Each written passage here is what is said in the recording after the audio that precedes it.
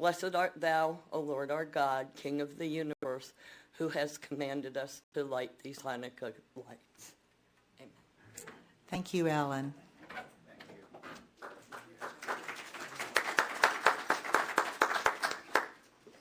I invite you to join me in a renewal of our sacred promises. Love is the doctrine of this church. The quest for truth is its sacrament, and service is its prayer. To dwell together in peace, to seek knowledge and freedom, to serve human need to the end that all souls shall grow in harmony with the divine. Thus do we covenant with each other. Please be seated. And as you're seated, please move towards the walls to make it easier for folks still arriving to find seats. Also know you may enjoy the service remotely upstairs in the loft on the large screen TV. And there will be no RE classes today, and our children and youth are encouraged to join in the intergenerational service. Our call to worship today is called For Presence by John Donahue.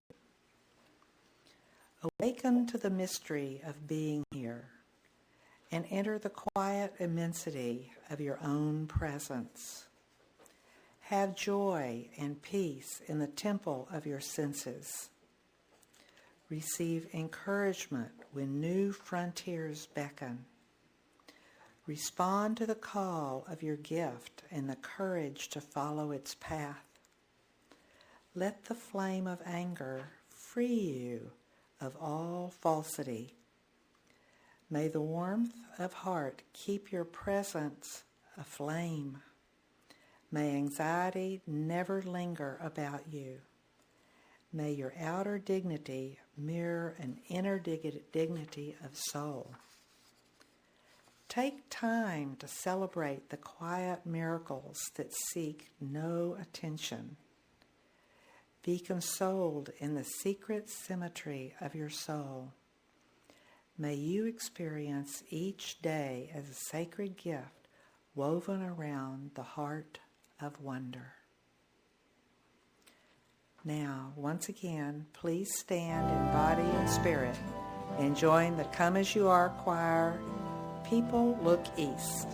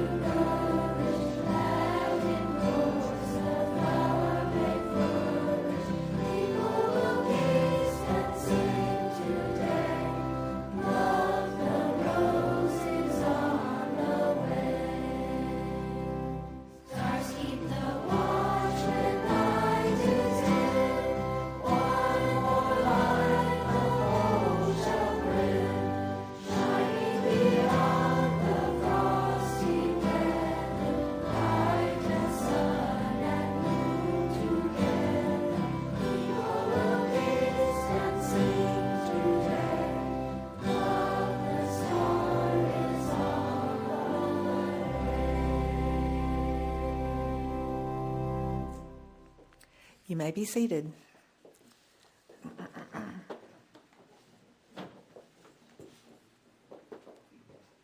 Katrina Martich, today's speaker, is a consecrated deaconess by the Lutheran Diaconal Association, and she is on the board of directors for Lutherans Restoring Creation.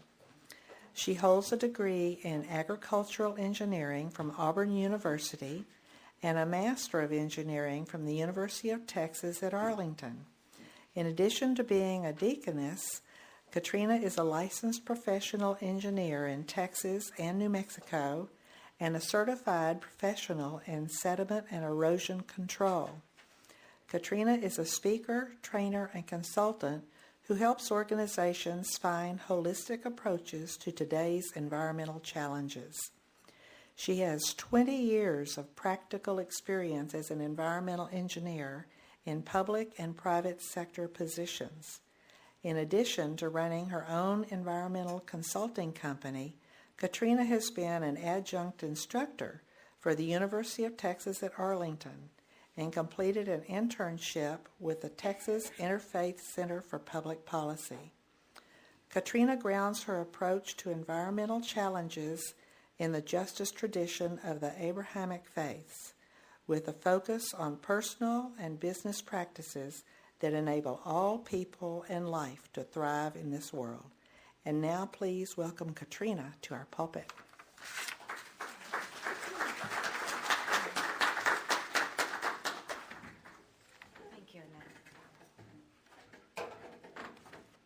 It's wonderful to be back here with you again.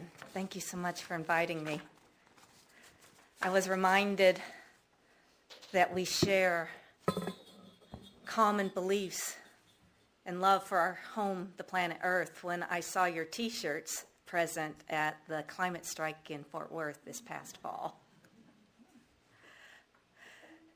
In today's call to worship, we heard the words of John O'Donohue, who was a priest and philosophical theologian from County Clare, Ireland.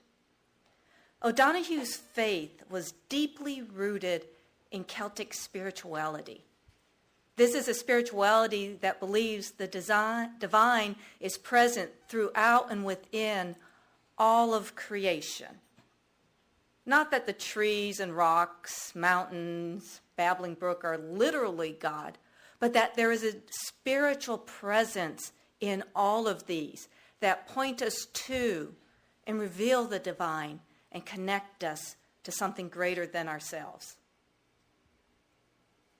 A place where someone feels particularly close to the divine is known as a thin place. This is a place where the boundary between the seen and the unseen, the physical and the spiritual, become so thin that the two connect. These are known as mystical places. There's a mystical place for me in New Mexico. The place is called Bosque del Apache National Wildlife Refuge. I've been going there since 1995. Sometimes I go there just for vacation, just for fun. Other times I go to see how many bird species I can count in one day. But there are also times I have a deep hunger and a need to go there for a personal retreat or to mark a milestone in my life because it is a place where I feel connected to the divine. The most popular time for people to go is winter. This is a time of year when the flocks of snow geese from up north are overwintering in the Rio Grande Valley. And the skies are filled literally with tens of thousands of snow geese that fly out each morning to feed in the agricultural fields up and down the Rio Grande Valley, and then come back in the evenings to spend the night in the safety of the waters of the refuge. It's also the time of sandhill cranes. These are my favorite birds at the refuge. They are amazing.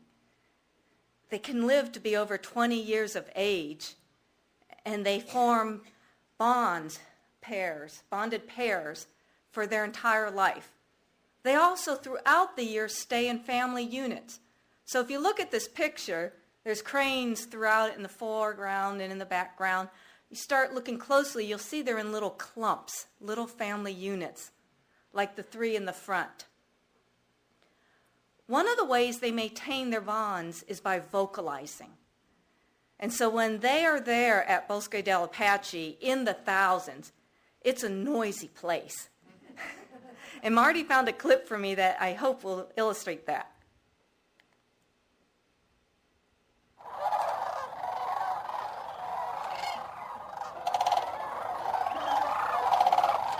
When they land, they'll greet each other by calling. There's a family unit of 3 coming in.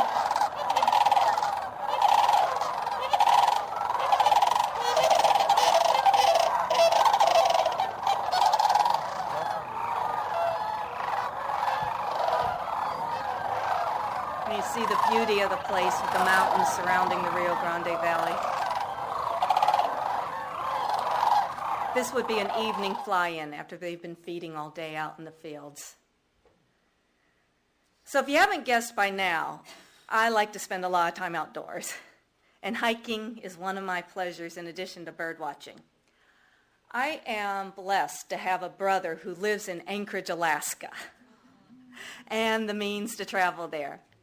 So that gives me the opportunity to do some wonderful hikes. This photo was taken from the Harding Icefield Trail in Kenai Fjords National Park. It was on this hike that I discovered the power of awe. It's not that hard of a hike distance-wise. I don't know if you can see it. There's a glacier here in the lower right. It's pouring right here. That's a glacier that comes down off the Harding Icefield, follows the slope of the mountain to the valley below. And so you park in a parking lot in the outwash plain at the bottom of that mountain. There's about a half-mile trail to the footpath to the trailhead. And then it's only 4.1 miles up to the ice field. Round trip, 8.2 miles or so, which is an average day hike for me. But the up to the ice field is the key part. This was probably the hardest hike I have ever done because it had 3,000 plus feet of gain. And when you get to the top, you're at the ice field overlook. And you see some people there in the picture for reference of size. The ice field itself is just astounding when you look out over it. It's over 700 square miles and spawns almost 40 glaciers, one of which is Exit Glacier, which we walked up alongside of. It was amazing being there, but that was not my moment of awe. The moment actually came on the way down. So I made it up, but it took a little longer than I anticipated. I went a little slower than I thought I would. And on the way down, we had to keep moving if we were going to make it back before dark. I thought I felt fine, but as we started going down, I had something I call noodle legs. I don't know, I see some nods shaking. I guess I did not realize how fatigued I was. And that was a steep climb up, which meant it was a steep way down with a lot of loose rock. And that was a pretty scary landscape.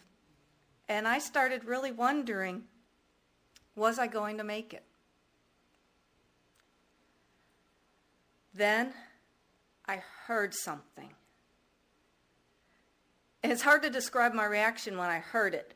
The closest thing I can come to it is, have you ever been, say, in the grocery store, and you see somebody that you see every day at work or regularly at church, but those are the only places you see them. And then you bump into them to the grocery store, and you're like, oh my gosh, I know this person, but this out of context, who are they, trying to get that name real fast in this new context. That's what it was like when I heard the sound. Have you guessed what the sound is? There they were, V's of them, flying over the ice field, following down Exit Glacier to probably spend the evening in the bay that you saw in that picture. Turns out, this being September, they were starting their migration from the western slopes of Alaska over the ice field. Who knows, maybe down to Bosque del Apache? Maybe these are cranes I'd seen already. Maybe they were cranes I was going to see this winter when I went to the refuge. Even now, I just feel excited, and the feeling comes back up in me. I just stood in awe for a moment, and the world grew thin. And I was connected to something greater than myself in that moment of awe. And then the power of awe hit me, and I felt like the Grinch. When the Grinch was up on the top of Mount Crumpet, if you know the story, he'd taken all the Christmas toys and trappings from Whoville. He went up to Crumpet to dump it. And then he hears the wonder of the voices drifting up to the top of the mountain. Christmas came just the same without all the trappings of the Christmas season. And in the awe of the moment, his heart grew 3 sizes and he had the strength of 10 Grinches. And that's how I felt on the Harding Icefield Trail. In that moment of awe, I was still intimidated by the landscape. My legs were still noodly. But I had the strength of something greater than myself. And I knew I was going to get down that mountain. And I'm here. So obviously I did. That is the power of awe. It gives us the courage and strength to keep going even when we're afraid and don't know if we can do what needs to be done. That's why I'd like to unpack a little bit more with you this morning. Because not knowing we can do what needs to be done is the situation we find ourselves in today regarding so many environmental issues. As was mentioned in the introduction, my call to ministry as a Lutheran deaconess is for the work of creation care and environmental justice. The size of the problems are overwhelming to me. And the news has not been good this year. It would be easy for me to fall into fear and despair, thinking that there's nothing I can do. The U.S. and other developed nations continue to delay and even withdraw from action on climate change. The Madrid Climate Conference ended earlier this month with no significant progress. In September, the Cornell Lab of Ornithology released a study documenting a nearly 30% decline in the bird population of North America since 1970. Now, if you know a little bit about avian history, 1970 was at the height of the DDT crisis. So the bird population had already been decimated to a certain extent at that point. In the U.S., many rules and regulations that protect our air and water quality have been repealed this year. And worldwide, the UN Intergovernmental Science Policy Platform on Biodiversity and Ecosystem Services released a report that shows loss of ecosystems and biodiversity across the world. 75% of the landscape on our planet has been changed by human activity. And we're extracting resources for our benefit from the ocean and all the ecosystems at rates that exceed our planet's ability to replenish them. We're ending 2019 in a dark time for those of us who love our common home called Earth, and for those of us who believe the world is a divine gift given to us not just for our own use, but nourish and to sustain all life on this planet. In the Northern Hemisphere, this time of year can be particularly challenging for people. The days are short, the nights are long. For millennia in the Northern Hemisphere, this was the time of year when people were hungry. They hoped and prayed their harvest would carry them through the cold to spring, when they could start gathering again. Few of us live with that fear today, but this time of year can still be difficult.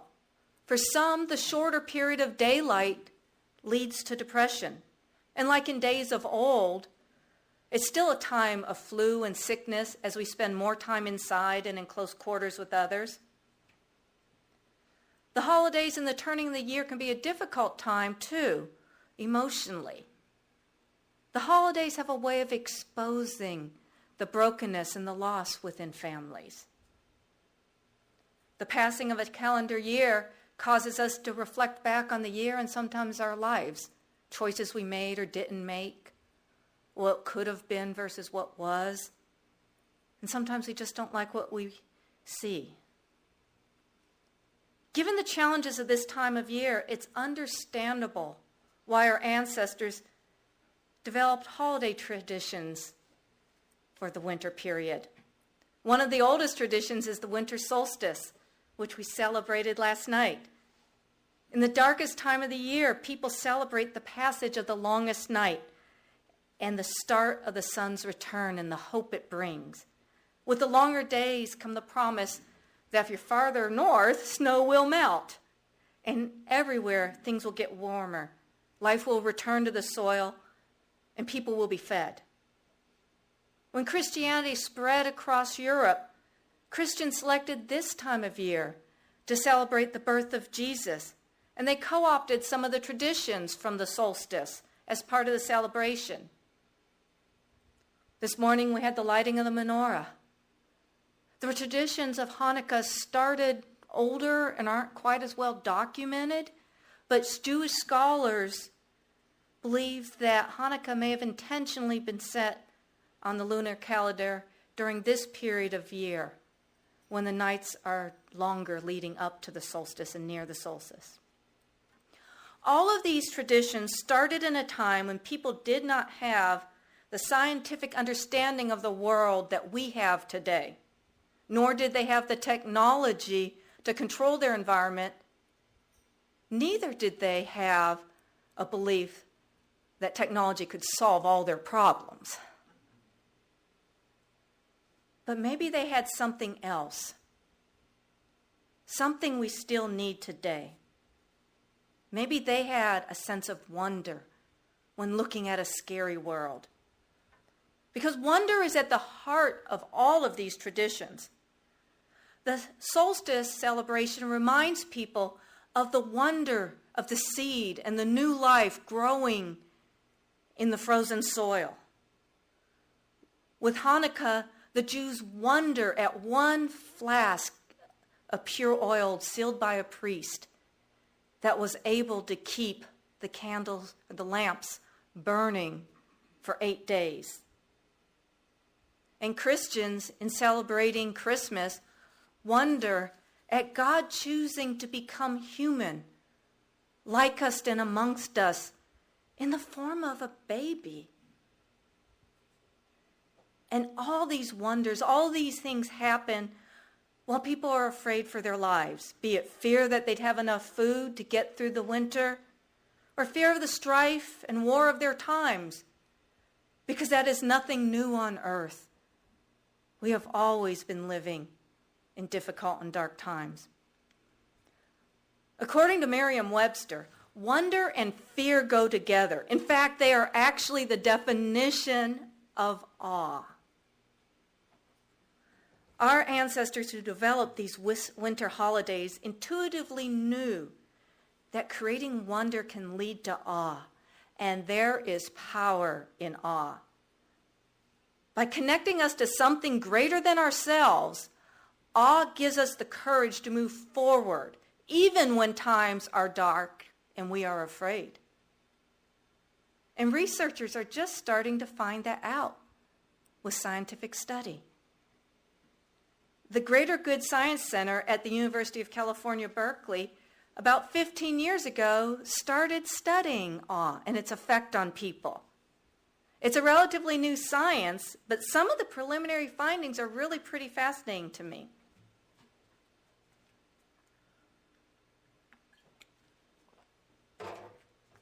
Physically, awe elevates our heart rate and literally gives us goosebumps and sends chills up our spines. We have the sensation of chills.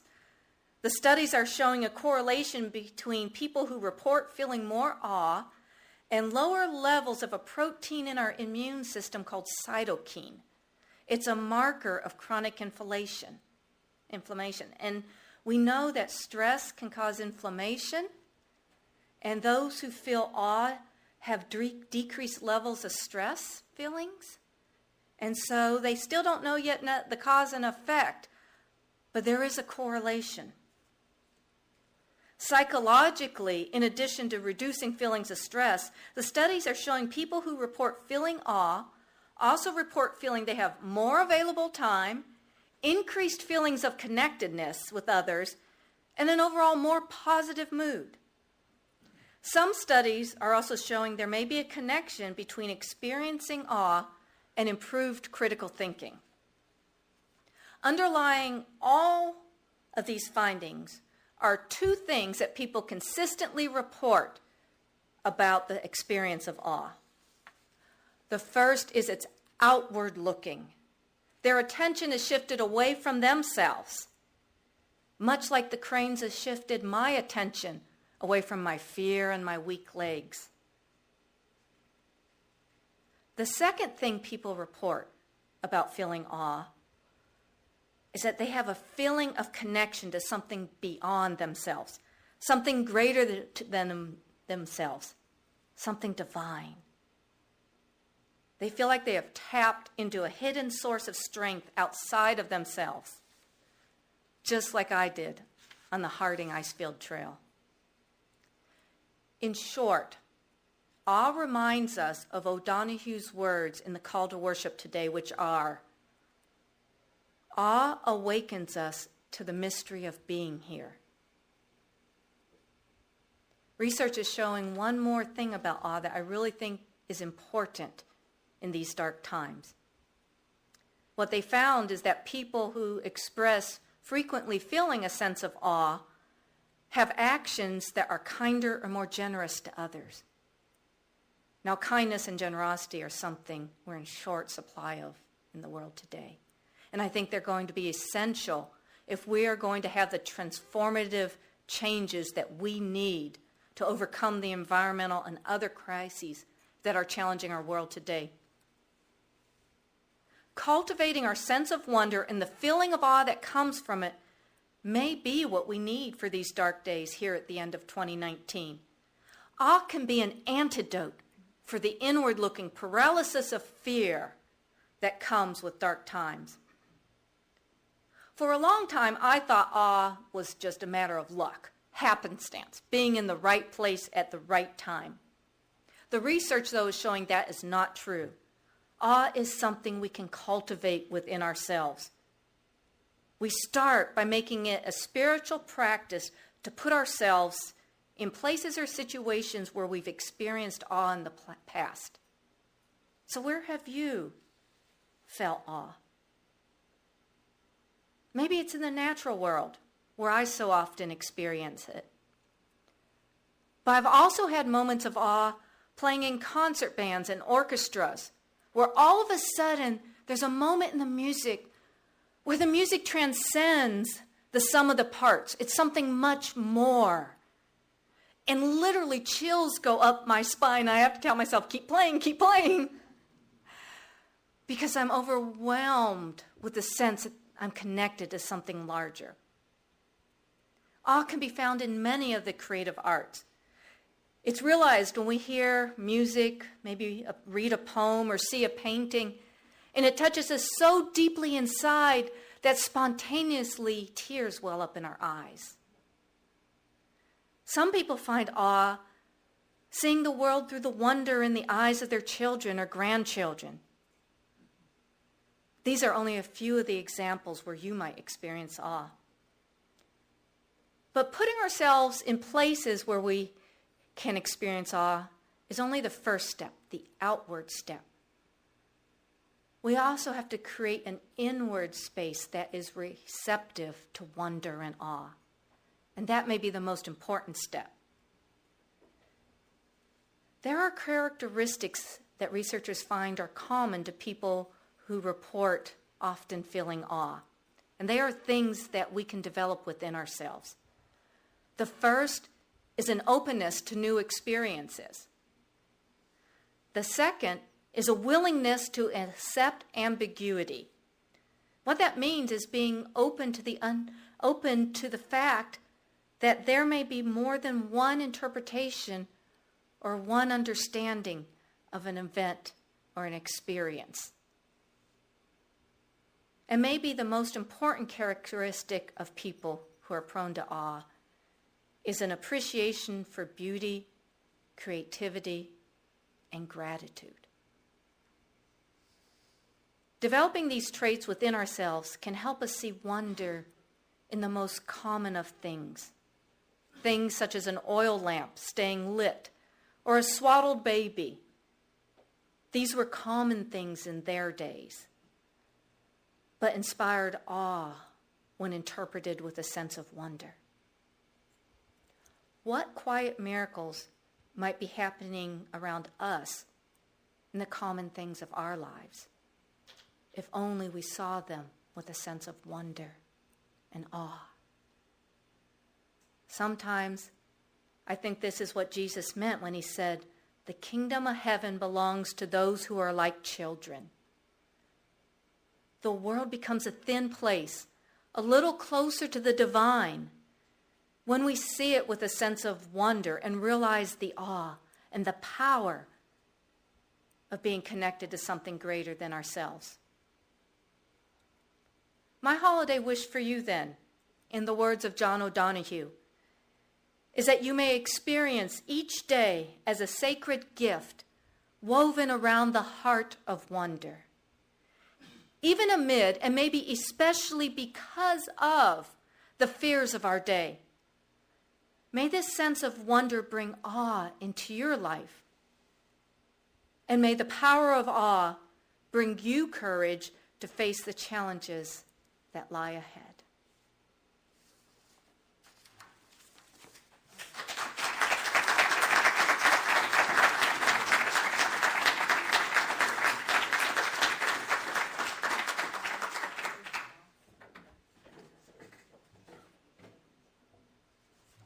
Wow, awesome.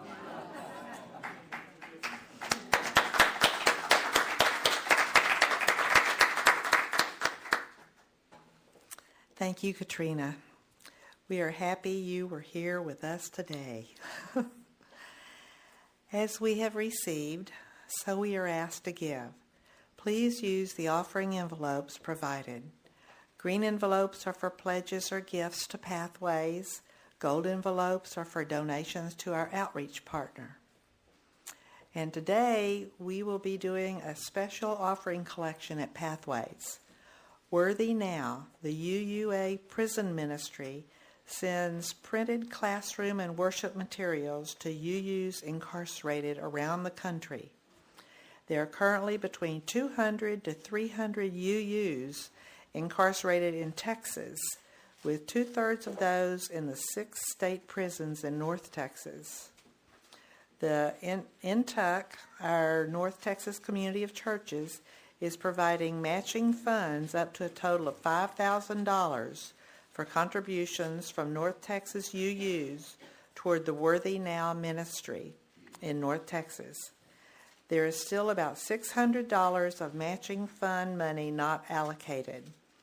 Today, all of our outreach offering will go toward Worthy Now, with the goal of reaching that $600 to release NTUC's matching funds.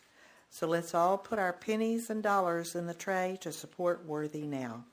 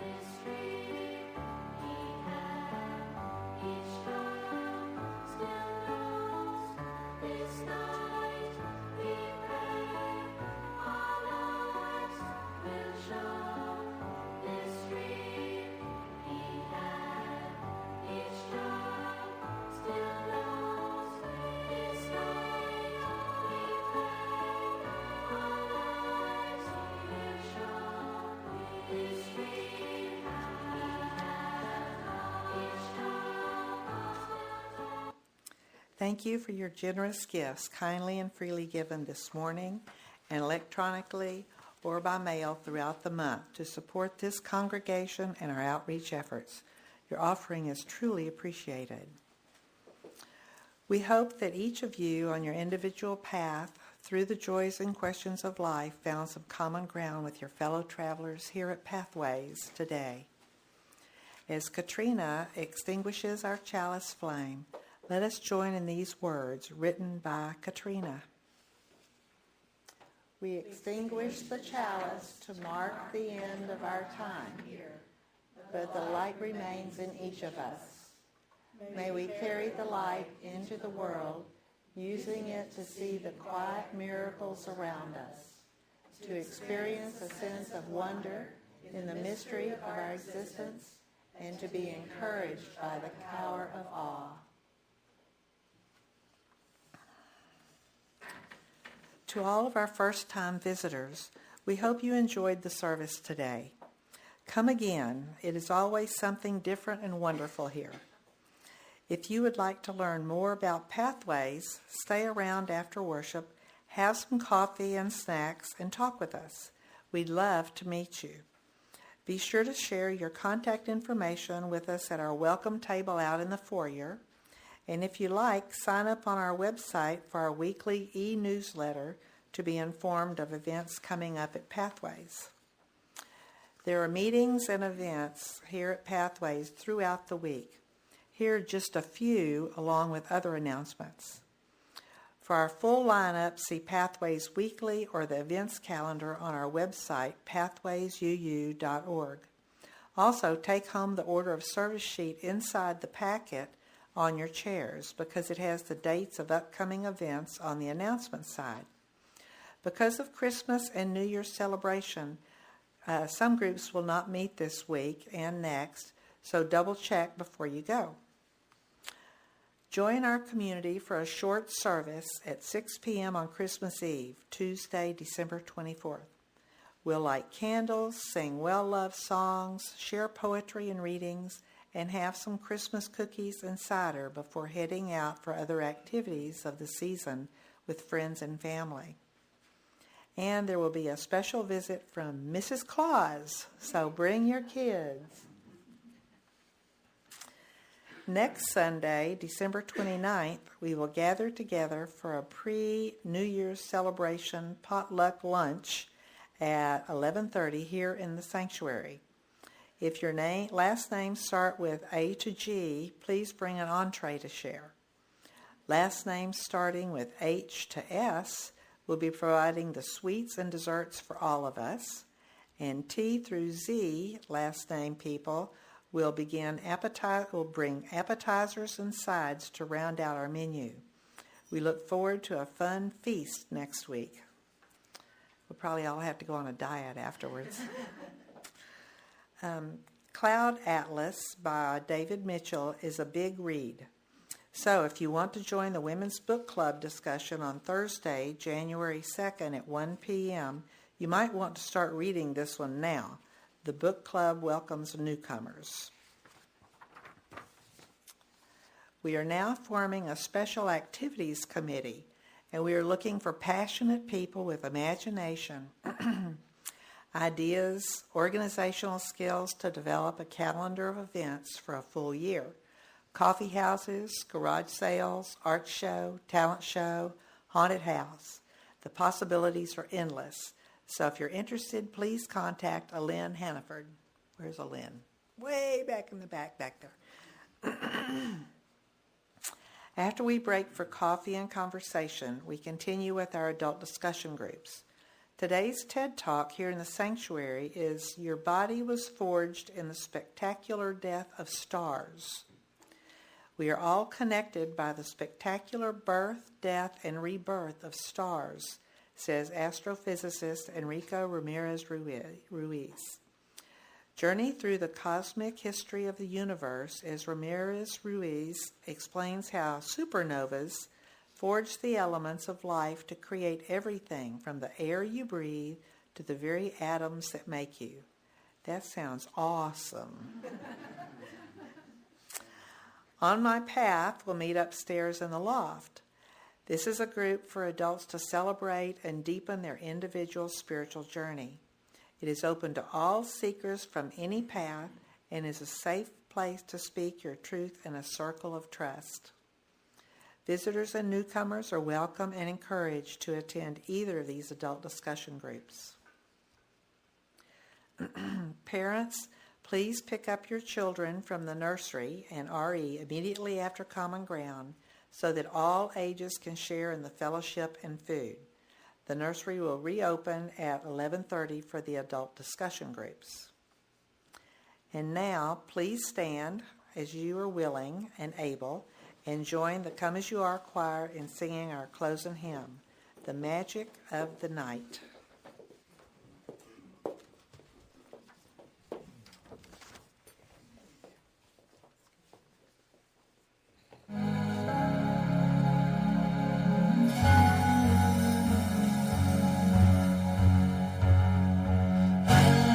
Stars are in the skies. Make a wish, then close your eyes. Are you dreaming? Angels singing. Everything is right. It's the magic of the night. Far horizons made of sound.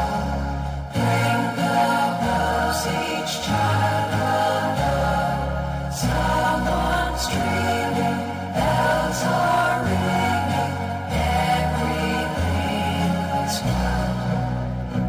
It's the magic of the night. High up in the sky, can you see a shining light? Can it be that see an angel who is flying, flying. Can an angel lose their way? Through all the sun and say, someone's dreaming, angels singing, everything is right. It's the magic of the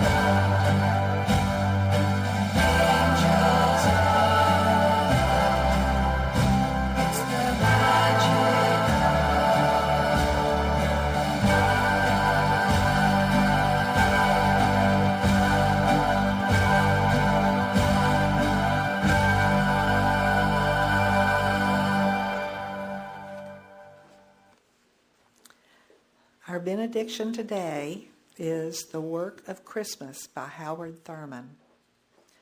When the song of angels is stilled, when the star in the sky is gone, when the kings and princes are home, when the shepherds are back with their flock, the work of Christmas begins to find the lost, to heal the broken, to feed the hungry, to release the prisoner, to rebuild the nations, to bring peace among the brothers, and to make music in the heart.